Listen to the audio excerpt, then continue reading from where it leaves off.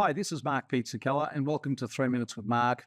What I'd like to talk about today is borrowing from your parents. Now you might say, what's so exciting about that? But a lot of children borrow from their parents to purchase their house, and it becomes complicated. Is it a gift? Is it a loan?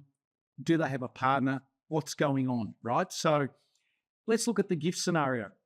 If you're going to gift monies to your children, and we all want to do that, you got to remember it becomes their money. If it's a genuine gift, it is theirs. So what that means is upon things not going quite right with them, if they've got a partner and they're in a de facto relationship, those monies become part of the pool that gets shared or separated as part of the separation process. The other thing too is if you're not happy with your children about the way they're conducting themselves, well, that's a bit of bad luck as well. You can't take your money back. So fast forward to a loan. Has to be a genuine loan. And what I mean by that is it's got to be a loan as though you're dealing with a third party with appropriate repayments, appropriate loan documentation. Even if you've got all that in place, how do you enforce it? It's your children. So what do you do if they miss a payment? Do you chase them up for it? Do you put a caveat over their property? Remember, it's got to be a genuine loan and you've got to treat it in that way. Otherwise, the courts may also look at that as a gift. So then you're back to where you started from.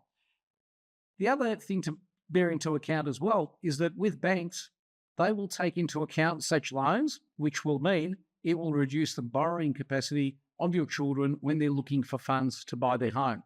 And there was a recent Australian Financial Review article which showed that if children borrowed about $100,000, it reduced their borrowing capacity by $270,000. That was in the scenario and the parameters of that example. But it did show that it can be significant.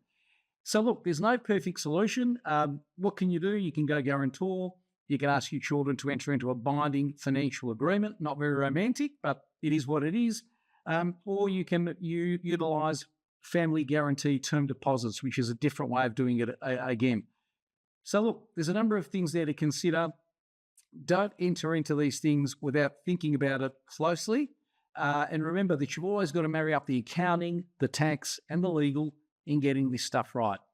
If you've got any questions, by all means, give me a call. Speak soon.